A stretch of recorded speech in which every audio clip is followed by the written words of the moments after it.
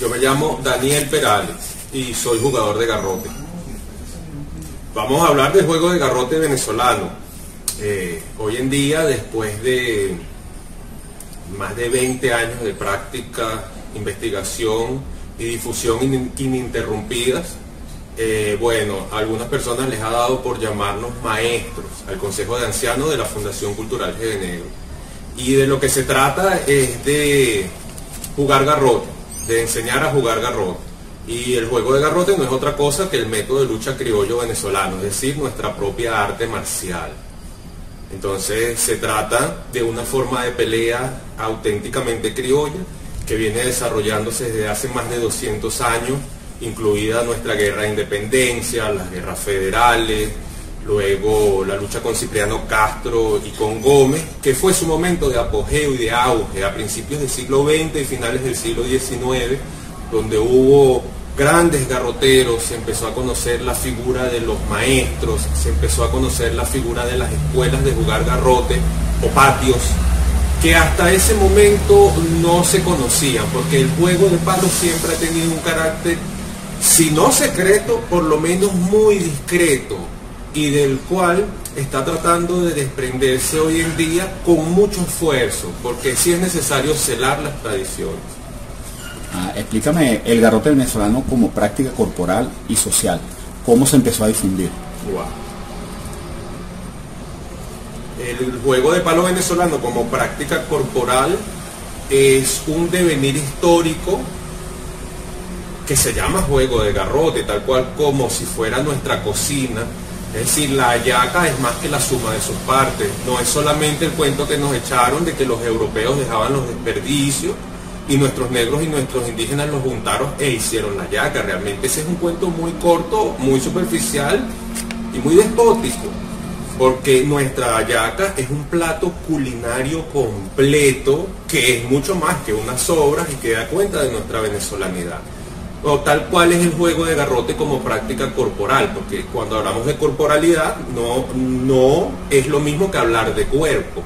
Entonces la corporalidad son las conductas expresivas, digamos, que logra transmitir ese cuerpo.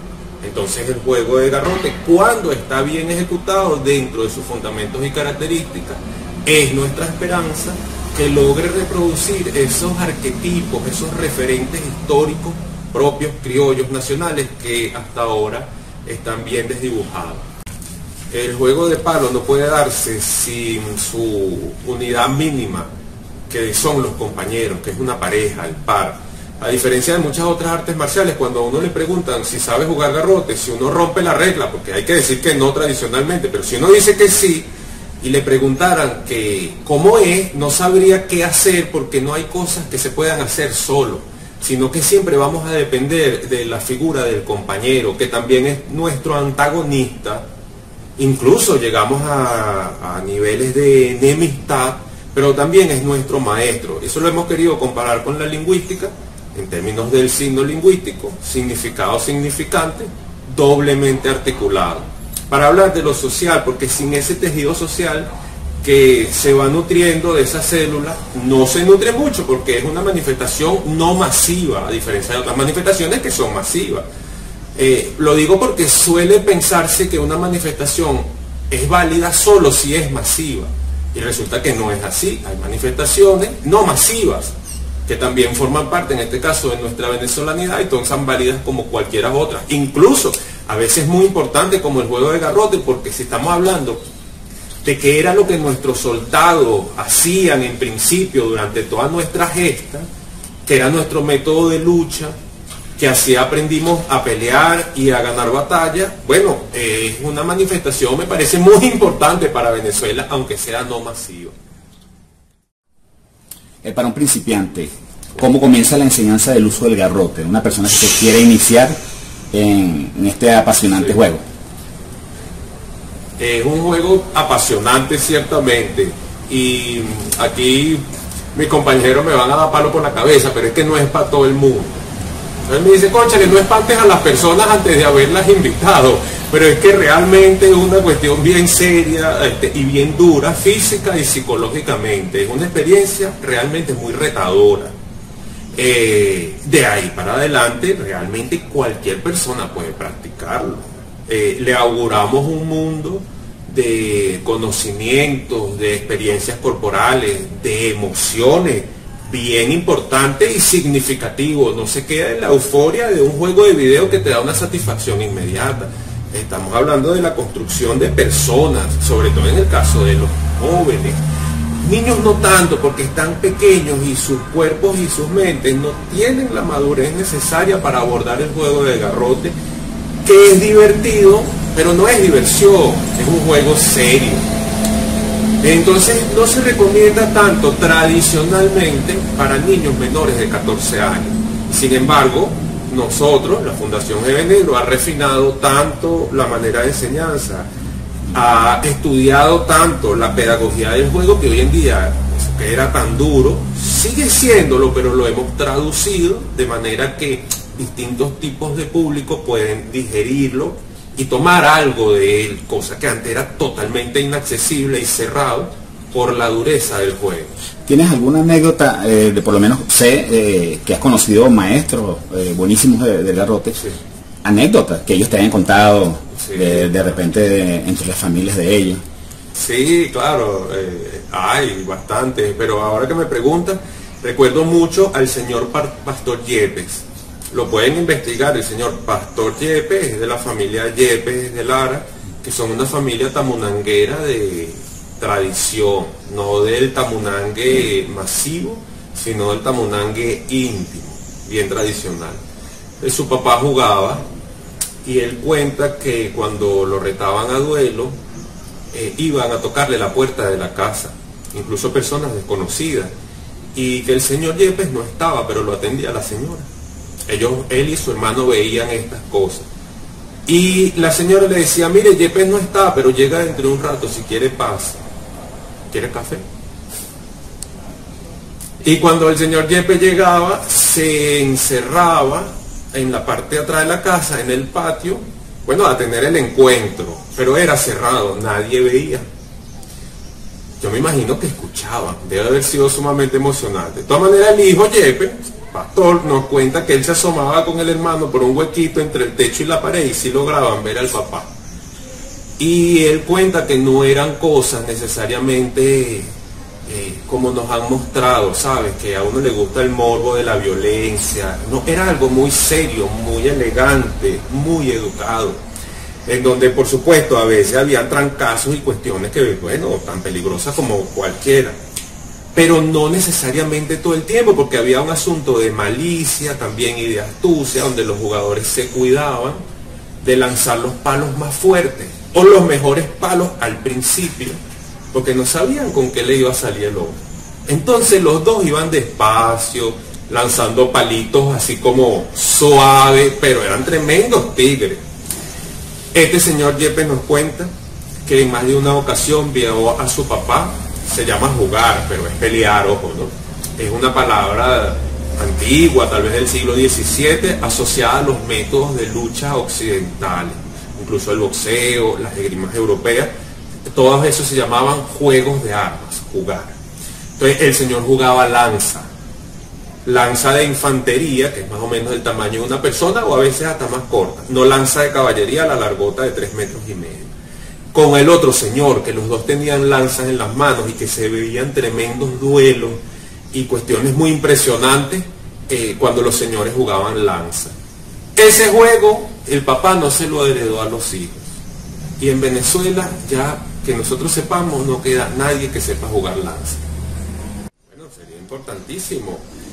A ver, en los años 80, el maestro Eduardo Zanoja, que no es el máximo referente porque él no fue maestro tradicional, sino fue discípulo de los últimos maestros tradicionales. Pero es el referente porque fue quien creó el movimiento pro rescate del juego de garrote. Publicó numerosos artículos, libros, y dio pie a otros artículos y libros y producción intelectual de otros investigadores. Muy poco, para no decir nada, para lo que significa el juego y para lo que le hace falta al juego. digamos, el juego de palo venezolano, la pelea de garrote venezolana, es desconocida totalmente. A veces se tiene alguna referencia de que aquí se juega palo por el lado del tamunangue, que es una manifestación dancística. Sin embargo, el juego no lo es una manifestación de lucha. Entonces Anoja fue el que hizo todo ese divorcio. Sin embargo, fue poco.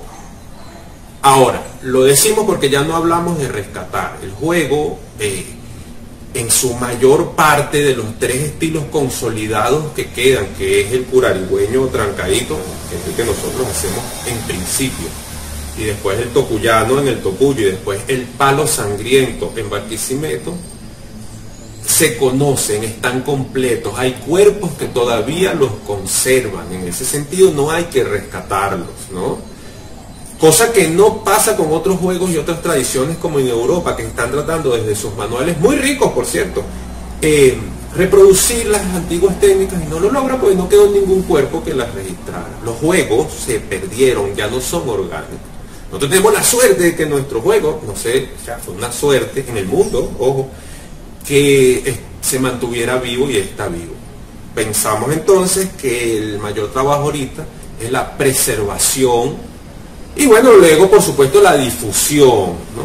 Pensamos que puede haber niveles. Nuestra experiencia dice que de 100 o de 1000, 1 o 2 personas realmente llegan, completan y se proyectan como profesores o maestros al futuro. Muy pocas personas. Sin embargo, a los jóvenes les diría que se atrevan, que si sienten por dentro una chispa de viveza real, porque no solamente la que nos dan las comiquitas o los videojuegos, ahí uno se siente poderosísimo, no, que tenga una chispa, porque si no tiene chispa, nosotros no, decía por ahí un señor, no podemos hacer nada, pero si tiene una chispa, entonces va a ver que si pasa un ratico por el juego de palo, va a pasar por una candela tan bonita, que le va a iluminar su vida, va a ser una llamita que va a conservar prendida de su venezolanidad, que incluso cuando salga, no va a ser un cartón postal del Salto Ángel lo que lo identifique, va a ser algo que sin palabras, pero con hechos, va a llevar tan por dentro que las personas lo van a observar. Entonces le diría a los jóvenes eso, que se atrevan, y los que se atrevan un poquito más, bueno, háganse jugadores de palo para ver si es verdad que son arrechos. ¿Qué representa para ti la pintura al óleo La Batalla de Araure? Obra de uno de los más grandes artistas de Venezuela, como es Tito Salas. Sí, claro. Wow. Y mira, en la batalla de Carabobo, en el Salón Elíptico de la Asamblea Nacional, y de Michelena, las Queseras del Medio, el Huelbancaras, y así pocas otras, porque no se ha registrado nuestra historia, no solo por los pintores y artistas antiguos, sino incluso por los contemporáneos, chaval. Si tú ves esta misma movida en otros países, ves que personas, incluso de la academia, no solo los chamos, están haciendo tremendas obras de arte a partir de investigaciones formales, todavía recreando su historia. Nosotros lamentablemente y afortunadamente tenemos que referirnos a maestros tan antiguos como nuestros círculos de pintores. Cónchale, es hora de que avancemos. Sin embargo, esta pintura en particular es interesante por un lado porque muestra a Bolívar en situación de batalla. Perdón, nosotros siempre nombramos primero al soldado, porque ya se ha hablado de los próceres, pero jamás del soldado. Sin embargo, formalmente en la composición de este cuadro, evidentemente Bolívar ocupa allí un lugar importante, pues, o protagonista. Aparece con una espada, no estamos tan seguros hoy en día si a lo mejor hubiera sido un sable, puede ser impericia del artista, que no fue en la época que pintó la cuestión. Sin embargo, ni tanta, porque hay algo muy resaltante de ese cuadro, que es un llanero en disposición de mojar. Los panas del cuadro los pinta vestidos, pero en muchas batallas estaban realmente desnudos de toda desnudez. Esto es un hecho histórico, pendiente. ¿Y qué hace? Aparece acostado un poco sobre el caballo, bajando la silueta, con el pie descalzo en un estribo de cabuya. metido, creo, si no me equivoco, en el dedo gordo del pie. O sea, no era que se paraba sobre el estribo, necesitaba una técnica, una sensibilidad soberbia. Y el cabo de la lanza, el regatón que se llama, lo tenía apoyado en el empeño, apuntando al frente. Sabemos que se dispone a mojar, en una de las técnicas de mojar. ¿Y qué es mojar? Bueno, era que, al contrario que la técnica europea, no embestían con la lanza, porque en el choque la pierdes, sino que metían 4 dedos de punta de la cuchara que llamaban, entonces llamaban mojar la cuchara. Esa técnica de mojar fue característica en Venezuela. Y tenemos allí un llanero a pie descalzo, por lo menos no desnudo, que está dispuesto a mojar. Muy interesante. También, si mal no recuerdo, en esa batalla no se disparó ni un solo tiro. Entonces vemos un arrolo de lucha al arma blanca, cosa que nos habla de una tradición. ¿Por qué te lo digo? Porque en las artes marciales se habla de sus tradiciones guerreras y que si peleaban así, que si peleaban asado, y uno que viene de las artes marciales orientales se inflamó con todo eso.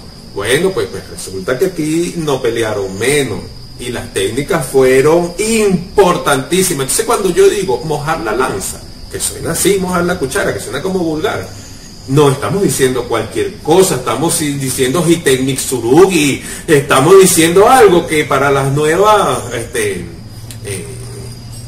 generaciones sería sorprendente.